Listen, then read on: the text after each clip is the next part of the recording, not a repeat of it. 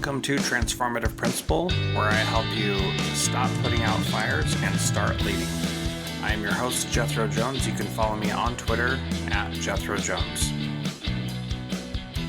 Welcome to Transformative Principal. I'm your host, Jethro Jones. You can follow me on all the socials at Jethro Jones. I'm excited to have on Transformative Principal today Dr. Joshua Barnett. He is the National Institute for Excellence in Teaching CEO, and he's responsible for overseeing all the organization's operations, including service delivery, research and evaluation, professional learning technology development, policy and communications, financial operations, and higher education partnerships. He's also the author of Unleashing Teacher Leadership, a toolkit for ensuring effective instruction in every classroom.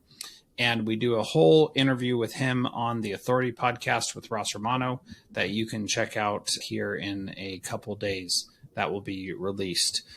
Before this, he served as president and chief operating officer for NIET, and we're excited to have you on the show, Josh. Thanks for coming. Thanks, Jethro. Thanks for having me. So what's most valuable from our conversation today?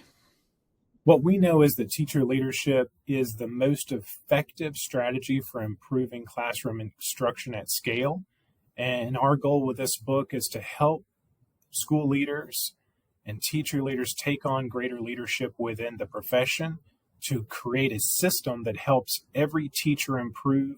And if we can help every teacher improve, then we know we can reach every student by building in the capacity of the educators in our profession. Yeah, excellent. The thing for me that was most valuable was the discussion about localized solutions and respecting and valuing the perspective and experience of the teachers who are there on the front lines doing the work every day, and recognizing that they probably have a pretty good idea of what's going to work and what's not. And taking whatever you may learn out in the world and bringing it to how does this work in our building. So that was my big takeaway. Looking forward to this conversation. We'll get to our interview with Josh here in just a moment. Well, Josh, why don't you explain to us what NIET is and what you do there? Sure. Thanks, Jethro. The National Institute for Excellence in Teaching is a 25-year-old organization that's focused on bringing professional learning that really grounds our work in key elements of effective teaching. We've worked across the nation supporting more than 10,000 school leaders, 35,000 teacher leaders, which is what our book is about. We've supported across those individuals over 300,000 educators, impacting 3.5 million students. And what that gives us over that 25-year stretch is an opportunity to feel and know that no matter the context or the setting of a school environment, we know that all schools are focused on improving outcomes for students, narrowing achievement gaps. And we know that if they focus on equipping and supporting the teachers in their building, that is how we're going to move that building, move every child, move every classroom. And our organization's mission is to build educator excellence to give all students the opportunity for success. And therefore, we believe that building the capacity and the capital that's in that building is the most important function. And the way to build that is through intentional, sustained, high-quality investments in educators as the most important in-school factor and where we see the largest impact of change happen at the classroom level. And that's what we've spent 25 years honing and working to support educators across the nation. Mm-hmm. Yeah. And so if I remember correctly, NIET, one of the things that it's known for is the Millikan Award. Is that correct?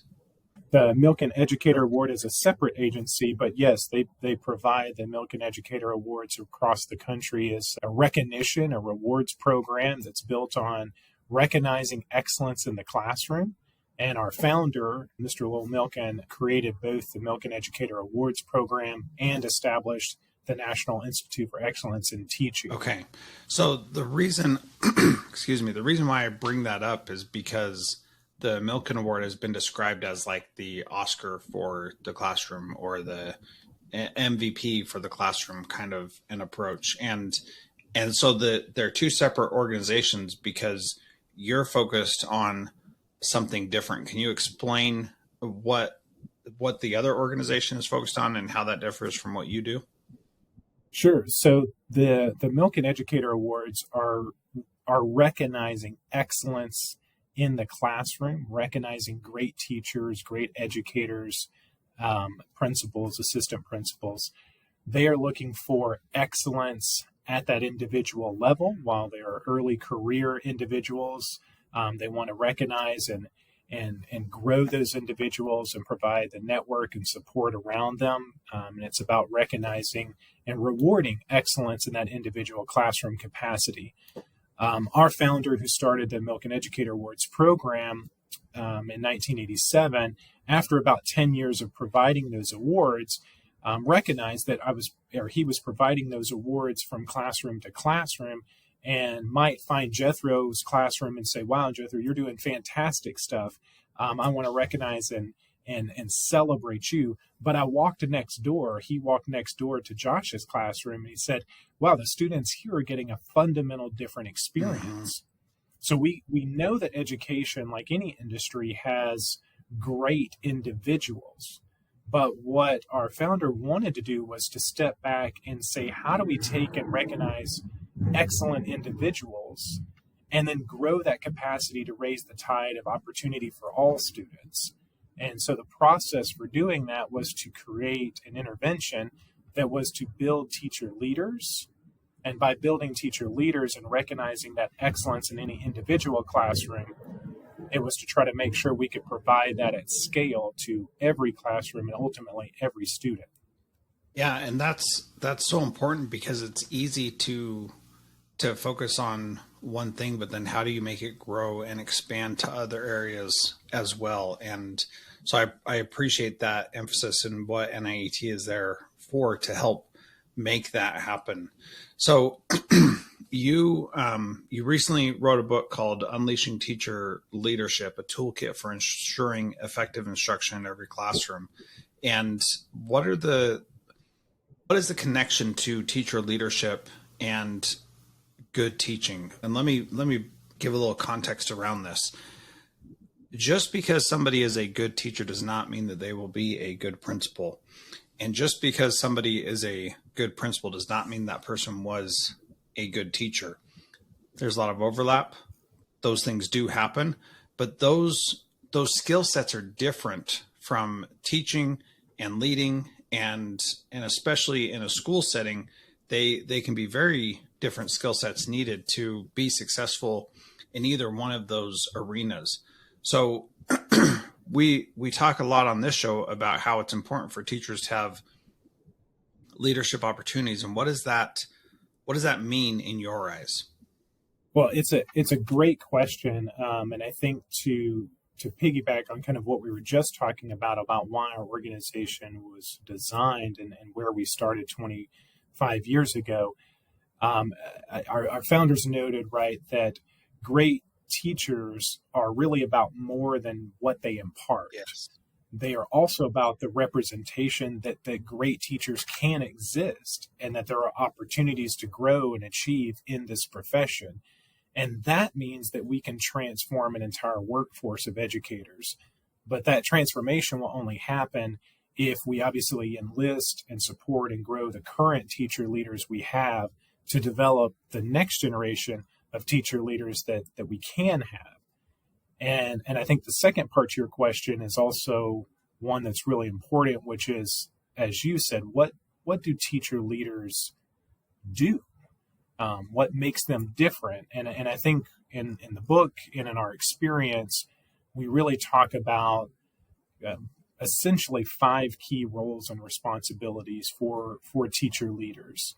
And the first piece of that is we think that obviously teacher leaders have to engage with and really serve as between the instructional leadership team and individuals in the school. And so they are engaging with that leadership team. They support the administrator in developing school goals, tracking student progress, monitoring classroom follow-up or goal attainment for instructional improvement. They certainly are data-driven. They're assessing student results. They're analyzing and looking at what other teachers need and and when appropriate, maybe conducting observations or even informal observations with teachers. The second thing that we would say teacher leaders do is they certainly provide that instructional support. They identify research-based strategies that are aligned to the student goals and the school goals or department goals of that school system. They also field test those strategies. And so again, it might be that they heard about a great strategy at an event, a conference, a book, or a proceeding, but they want to make sure that they can bring that strategy back and make sure it's going to work in their individual school system. The third thing we would say is they certainly collaborate to improve instruction, right? Again, it's not about necessarily my great instruction in my class, but also how do I facilitate building the capacity and raising the tide of instruction across the school system. The fourth part we would say is coaching, right? It's you need to be able to coach other adults and assist in developing the goals and strategies and improving resources and materials for the other individuals in your school. And then the fifth component that we talk about is obviously providing that instructional feedback, which means you need to have a collaborative mindset, you need to collect data, you need to model teaching, but you also need to be able to provide that instructional focused feedback. And I think the last part of your question is really how do they do that? How do teacher leaders successfully navigate that process? And we really talk about the three steps or three components to being a successful teacher leader based on our experience over the last 25 years, again, working with 35,000 plus teacher leaders. The first part of that inherently is trust, right? We have to establish that there's some trust that's going to happen so that teacher leaders are consciously building that trust with their colleagues, that they are interacting with their colleagues to make sure that they're not just modeling their own great behavior, but they're building that trust across the school system through explicit conversations, setting expectations and talking with individuals so that they can learn and grow, but also with district administrators, school administrators, and others. And so we want to be proactive in building that trust. It's important, right, to not only walk the walk and talk the talk, but also roll up your sleeves and get in there. And second thing we'd say after building trust is ultimately you have to have deep instructional knowledge, right? You have to have an ability to demonstrate that as a teacher leader, you are skilled at moving both teachers and students. And I think that's one of the key things that we talk about is sometimes great educators don't necessarily make great teacher leaders. You could be very good at teaching your own class, but in this case, to be a great teacher leader, you need to be the needs of other adults and try to coach and support them. And so that's an important consideration, is that you've got to be able to demonstrate that expertise. And then the third part we would say is credibility, right? And how do you get credibility? Obviously, you need to have success with your own students. You need to be able to be regarded in the school system as someone who is highly capable. But we think the strongest teacher leaders ultimately gain credibility by empowering other teachers to have ownership of their learning, right? And I think that's one of those critical things that we talk about is important. And one of the most important parts of that is not knowing everything, but also having the credibility to go seek those strategies, seek out those solutions, and gain those instructional expertise. And so that's probably the 5 areas of roles we've seen and the 3 ways we see them achieve it. Yeah. So there are a couple of follow-up questions I have based on that. I wanted to make sure that we understood the context and when you're talking about teacher leadership because I have other questions that I think get to a deeper issue there as well. And the first one, we'll start with this one and then we'll come back to the other one, is the ownership of learning. Teachers have for decades complained about professional development that is put on by the school or the district and how it's not meeting their needs. And then when it's their opportunity to do professional development on their own, they don't take those opportunities seriously or with the kind of what's it called? The kind of responsibility that it requires to be in charge of your own learning. So, brief example, my second year teaching, I was fortunate enough to go to a large conference, and all the other teachers' plans were to go to the morning sessions and then spend the second half of the day out exploring the city and doing all that kind of stuff. Personally, I thought the district's sending me to this. I need to be like attentive and do the things that I need to do. But these teachers that I was with, who were the teacher leaders in my school, were not interested in spending their time learning. They were more interested in seeing this as a district paid for vacation. Now, that's not unique to my school, but that is a thing that happens, and people talk about that, and but we don't talk about it a lot. So how do we help teachers understand that their learning really is their responsibility, especially in a system where we take the responsibility of learning from our students all the time, and we don't expect them to be in charge of their own learning either? How do we balance and find the right solution there? Well, I think as you noted, one of the key challenges to this is I think unlike traditional, let's say, professional development, and your story is obviously endemic to what we see not only in education. So I guess I would say two things. One, that is not a unique story to education, right? That is where every professional group goes to an event, and whether or not they view it as professional learning or a combination of professional learning, expense paid, time together, however they view it, I think we should be fair to educators that that's not a uniquely educational vantage point. I agree. The second part I would say is amongst those individuals that would go, I think it's what is the expectation that I'm going to come back with that our industry and our field needs to think about is, as you noted, maybe you were a teacher leader or you were part of the group that went to that training, but what was the expectation? What were the opportunities for someone to return with it? Was the expectation that by presence and by going, you're going to get exposed to new ideas, and maybe you bring them back, maybe you share them with some other people, but what was the actual system and structure for that opportunity for learning?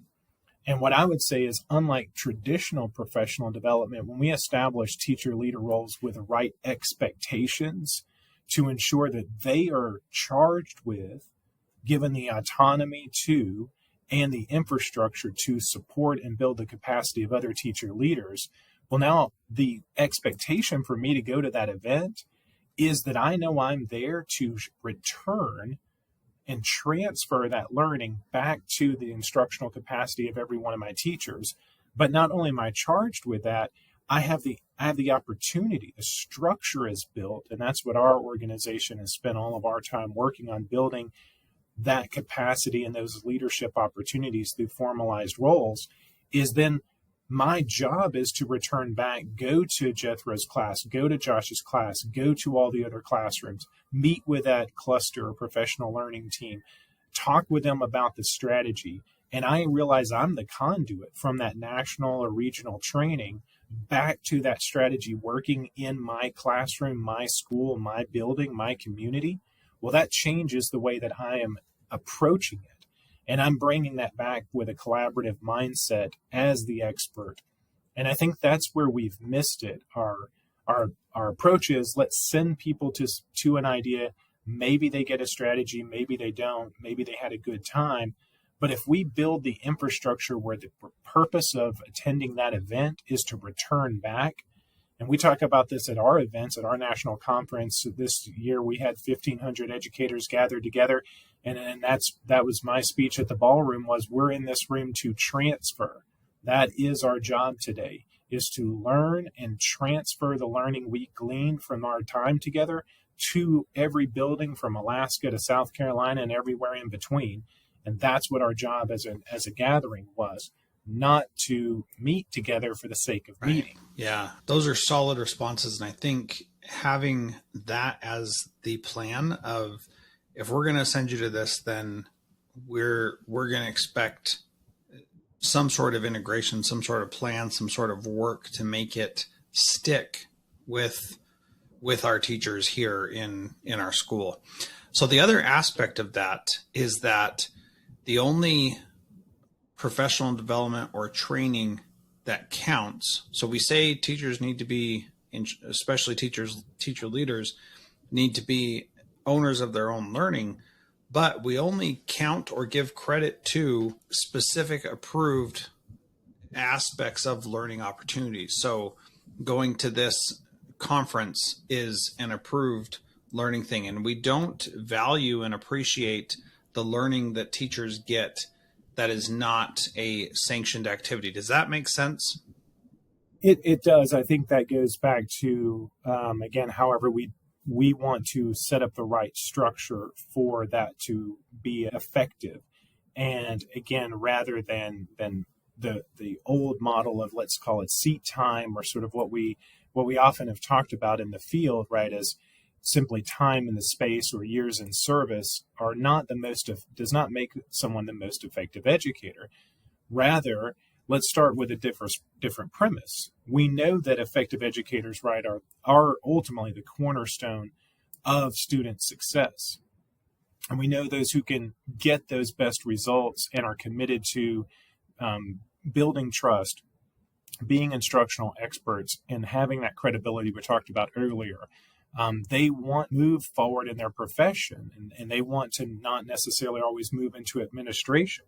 So that's why, again, we think about it as a system-wide approach for how can these individuals take on these types of roles, where we need effective school leaders and system leaders, and we need those individuals not to have to feel like unicorns, right, that are transforming and putting everything on their back, but ultimately have these other individuals who are charged with supporting, building the capacity of other educators.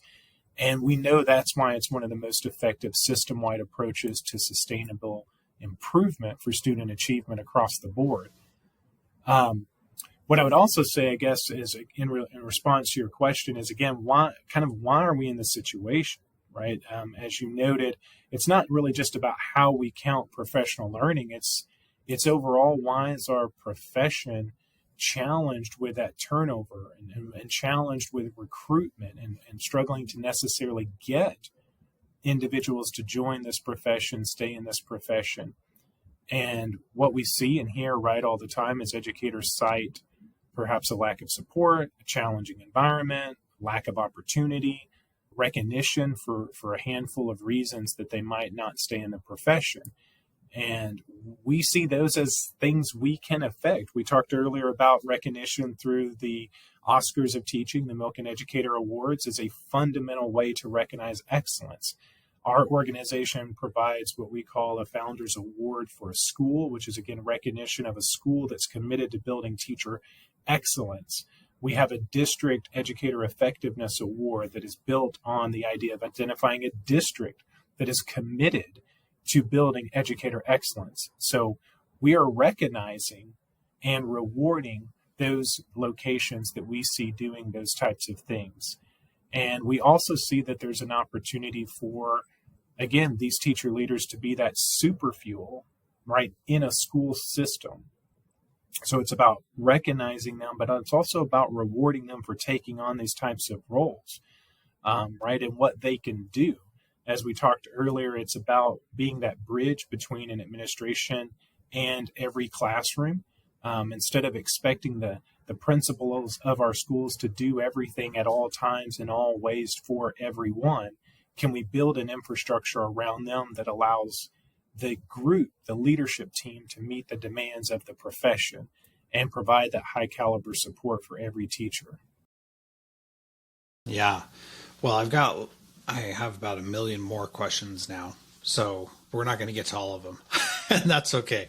But a couple of things that you talked about is we are challenged with recruitment and turnover, and that's a big deal. And one of the things that I talk about a lot is that you need to build a pathway to get people into your classrooms and provide opportunities from early when they're not ready, not certified yet, to help them move into that position, and partnering with local colleges to, I have a a connection, someone who wanted to be a teacher and didn't find out until the end of her first semester of student teaching, when all she had left was one more semester of student teaching. She didn't find out until then that teaching was not a good idea for her. And like that irresponsibility of her college, of not giving her opportunities to be in front of kids and experience what it's like to be a teacher, is just, to me, malpractice and totally unforgivable. That she spent 3.5 years going to college, preparing for this, and then finally the last semester before she graduates, she's told she's not good enough and not cut out for it. I think that is just abhorrent. And so being able to provide pathways for people to come in is a powerful thing, and gives you an opportunity to see how people do, and gives your students in your school a pathway to become a teacher at that school later, or in that district later. I think those things are things that districts have to be talking about and planning on to deal with this challenge that we have with recruitment and turnover. Any comments on that before we go on? Yeah, I mean, I think as you noted, we know the data would tell us we're not getting enough talented individuals in the profession, and that should encourage all of us to pause and look at what's happening. And we talked about some of those reasons briefly earlier. On again, just as recent, an Ed Week report I think that was out last year showed. Right, we have, I think, over half, 55%, I believe, in the study indicated that they were more interested in leaving the profession earlier than initially planned. So we know the pipeline isn't where we've needed it to be in those traditional education preparation programs. We know the individuals in the profession may be looking at other alternatives. And again, we have the evidence, we have data that would tell us what's missing in those circumstances. Right? Lack of support, isolation in the classroom, lack of opportunities to collaborate, lack of commensurate compensation, lack of opportunities for leadership, lack of recognition. And as I said earlier, our belief is a lot of those things are solvable. There are a lot of issues that we can do to address those. We can provide recognition for excellence. We can create formal opportunities for leadership. We can provide support for collaboration. We can create less isolation. And our belief is that effective teacher leaders are a solution to a great many of those problems. And the commensurate compensation is one nationally we should continue to talk about. A lot of states have moved to increase base teacher salary over the last few years. That's been a conversation. But amongst the other options, those are solvable problems in our view, and we have evidence of ways that this has been solved. We have national studies and opportunities that show us what has happened to improve those. To your experience, I have a first year teacher daughter. She's just finished her first year. Another daughter that's in her, going into her junior year in a teaching program, and they need those opportunities to have exposure to students. As you said, we can believe and want to be in the profession, but understanding what it means and what it feels like to actually walk in and sit down and be the teacher of record earlier in your pathway is helpful. Our organization has continued to partner with community colleges, education preparation programs, alternative certification programs, and even more recently, direct district-based certification for states that allow that across the country, where a successful individual can go on a preparation program through a direct district-based certification model, again, to help meet the needs. To the example that you said, we don't want to have someone who spent 2 or 3 years in a program learning about the profession and then depart. How did we not recognize, have conversations, expose, and gear up? But more importantly, even if the person made it that far, what was it that caused the person to transition out? Was it an uncertainty over the lack of support and the continued runway? Was there an off-ramp that could have let that person join a education studies program or other adjacent avenue that could have led to a paraprofessional opportunity that might have encouraged them to come back? So there's a lot of conversations we need to continue to have, but I think our view is we have the opportunity to transform this profession, make it as attractive as we know it should be, and ultimately regard it in the professional capacity we know it should be. That will be a step forward in allowing more great high-powered individuals to join it. Well, yeah, and I think that's really key, because when you're able to, if somebody goes in thinking, I want to be a teacher, and teacher turns out to not be the right thing for them, what other options are available? And we have this silly thing in education where we think, if you haven't done my day today, then you can't help me. And it's ridiculous. Superintendents look at the state commissioner of education and are like, you haven't been a superintendent, therefore you can't understand what I'm going through. Principals say, you weren't a middle school principal as a superintendent. My current superintendent was not a middle school principal, therefore he can't get what I'm doing. A math teacher will say, my principal didn't teach math. They taught language arts, so they can understand. That's arrogant and inappropriate, and we need to just get over that, first of all. But second of all, there's a lot of other things tangential to education that people could find success at. And this poor woman that I'm talking about went on to go do things that were not related to education at all. And it was a missed opportunity in so many ways. But then there are situations where teachers or principals get pushed out of their schools or their classrooms, and those kinds of things happen where they could still add a lot of value, but that there's not another path for them. And we're too harsh of judges about somebody not being successful in a certain circumstance when they could have been successful somewhere else. And a good example of that is I had a science teacher who was, she just did not do great with it. Really nice woman, really good at interacting with the kids, but just really struggled to teach science. And so after a while, I was like, hey, you like doing this art stuff. Why don't you have the kids do these like science notebooks and teach them how to observe things scientifically and record it in these science notebooks? And she had been an art teacher previously, but had a science endorsement. And so she started doing that, and her whole classroom dynamic changed. And it was amazing. And it was so wonderful. And if she could have had the freedom to do that of her own volition, rather than me telling her, you're not fitting the mold, you're not getting what we need done here. If she would have had that of her own volition to know I could do this and I could be successful with it, it would have been a lot better for her. As it was, it turned out to be a really negative experience, because her doing the things she cared about and was passionate about was the last resort before I had to say, you can't teach here anymore. And it just wasn't a fair situation. And it would have been really easy to judge her and say, you're a bad teacher. But no, she was just in the wrong subject. And once we made it more of an art class, she became a great teacher.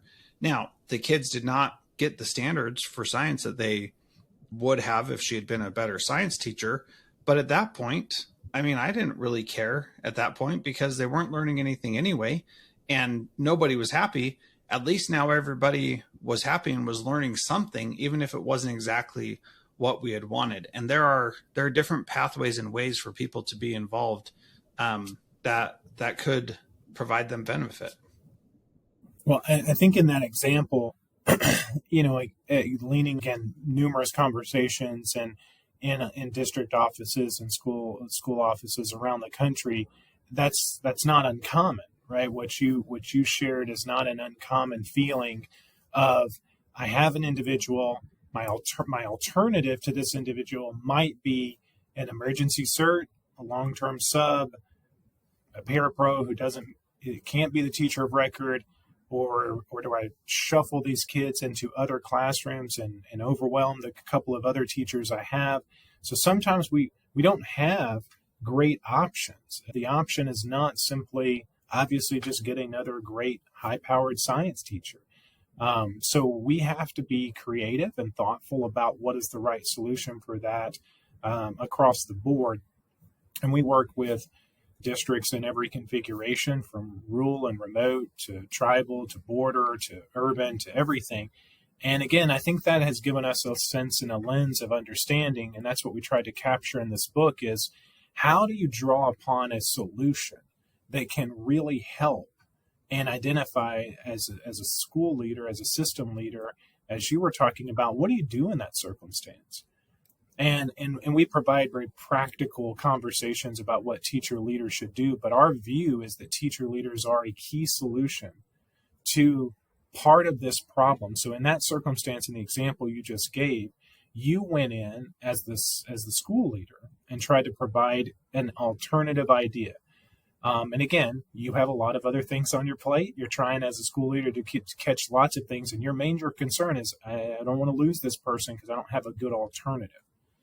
But the power of that teacher leader role working alongside a school leader is to help them coach, prioritize instructional leadership, bring in those strategies, but also have the ability and the time and the release to follow up and say, Teacher A, I was here last week. We talked about this. We've gotten you a better solution that's now working, but here's a way where now you've moved in this path that the profession has remained interesting to you and you want to stay into it. Here's how I think we could infuse some of those science standards maybe into the approach you're currently using, or a way for us to think about it in a different way. And I think that leads us to, again, a couple of keys as a profession that we should think about, and why teacher leaders are critical. I think in that case, what we see is teacher leaders can really help all of us get it right rather than trying to be right. And I think that's one of the key challenges, right, that school leaders face all the time is you are endlessly making decisions because the position can feel untenable. But if you have another person around you, again, to work with you, to be that bridge, and you know they've got the opportunity, the release time, and they're not in that same role, it lets you do certain parts, it lets them do certain parts. So again, it helps us all get it right rather than ultimately just trying to be right. I think the second part is, I think professionally, and I'll go out on a limb and say this, but I think we need to be reminded as professionals in equal parts, if not more so, than we need to be instructed. And what I mean by that, right, is lots of times we may have learned or seen or shared or been exposed to good strategies, good solutions. But in the profession, we don't often have that person who's around to help us with quick corrections, hallway conversations, a discussion, the routine solution, where I can just pop next door, or someone's coming into my room periodically with regular cadence and saying, oh, I noticed this happen. Remember, here's a good strategy for when that occurs. Yeah. But rather, if the building principal can only show up once to twice a semester and for a drive-through observation, you don't get that reminded. And therefore, you feel, back to our conversation about going to a conference, you feel like you always need to go get a new solution. When in reality, most of our world is built around reminders, right? Reminders to put our seatbelt on, we're reminded to do all these types of things. But in our profession, we want to learn all the time. We don't often want to be reminded that we need to do good strategies. And that's where these roles are critical. And the third thing I would say is that teacher leaders really make those localized solutions. So in the example you just gave, right? If I went to a national conference, I might learn a strategy, but how do I take that strategy I learned and apply it to the circumstance you just gave me? And that's where that teacher leader is critical, because they know the community, the system, the school, the family, the nature of the children in every classroom, because they bring that filter for the localized solution. And they help translate that national strategy or best curriculum or new idea from the State Department, from the school system, whoever brought it forward. And they bring it into the school because they know how to translate it. And that's why we think these professional positions are, again, vital to rebounding our profession and elevating the opportunity for every student. Yeah, I absolutely agree with a lot of that, especially the idea of localized solutions. It's all well and good if there's data saying this specific thing works. But if you know that it doesn't work in your school, there's no point in going through all the effort to make it and try to force it to work when you know it's not going to work. And you know that because you're there and you've been there and you've seen these things work and not work. And so there are things that you can shortcut and use your own experience and wisdom to make those decisions. And this is one of those keys. Like when we were talking about ownership of their learning, like you don't just learn things only from going to a national conference or only from taking a course at a college. You learn things every single day. And that piece about being reminded about what works. And one of my favorite examples of this was I was a second year teacher, and I would give students direction or ask them a question, and then I would interrupt myself and say something that I forgot to say. Or I'd say, all right, everybody get to work. Oh, one more thing I forgot is this. And I did that all the time. And my partner teacher who'd been around for a while, he was like, hey, when you do that, you like sabotage yourself every single time. And I was like, oh, what do I do instead? And he said, just stop and think for a minute and say, have I given them all the information? And then say, all right, now you can get to work. Like, that's it. That's all you have to do. It's not rocket science. It's very simple. And that helped a ton. And I was able to change that behavior. And then every time I noticed somebody else doing it, I was able to say, oh, hey, I see what you're doing. I've done that too. Here's the advice I got, and it works. So the question that we didn't get to, and I would love to have you back on again in the future, because I feel like we could go down so many different paths in our conversation. The question we didn't get to is what the role of the principal is in this situation, because a lot of the things you said, the 5 things, are all traditionally principal roles. And so I'll have you back on and we'll talk more about the role of the principal specifically. And because we're kind of run up on time here, but this was a great conversation. The last question that I ask is about principals. What is one thing that a principal can do this week to be a transformative leader like you, Josh? Well, Jethro, again, thank you. Say, having trained and worked with 10,000 system and school leaders, I would say that the key strategy that we would focus on and encourage is to rely on those positions that are around us for success. That the opportunity to be a group and to have those other leaders, teacher leaders, content leaders, other individuals that are there, to let them and their expertise be a part of that conversation to create high expectations and equitable opportunities for every classroom and every student. I think those are key. Being a leader, a school leader, a system leader, a state leader, as you shared, it's hard to do any job, and none of us have been everything. And if any of us could be everything, by the time we got to it, people would say, "Well, it's been so long since you were me, exactly. You don't know this anymore anyway." Yeah. So it's not possible for all of us to do all those things. But I do think school leaders should really take time to recognize that they have talent and capabilities around them, lean on the capacity of those others, allow us all to have continuous learning, collaboration, focus on data. And again, I would go back to those 3 points. Teacher leaders and instructional leadership teams, they help us get it right rather than trying to be right. They can help us be reminded rather than simply seeking new instruction and new solutions. And ultimately, they can help us ensure localized solutions are carried out in every classroom across the system. Yeah. So let's be really actionable.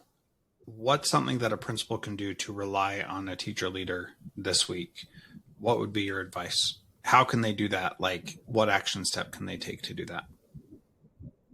I think giving them the time to go through the building and have a conversation with every teacher in the building.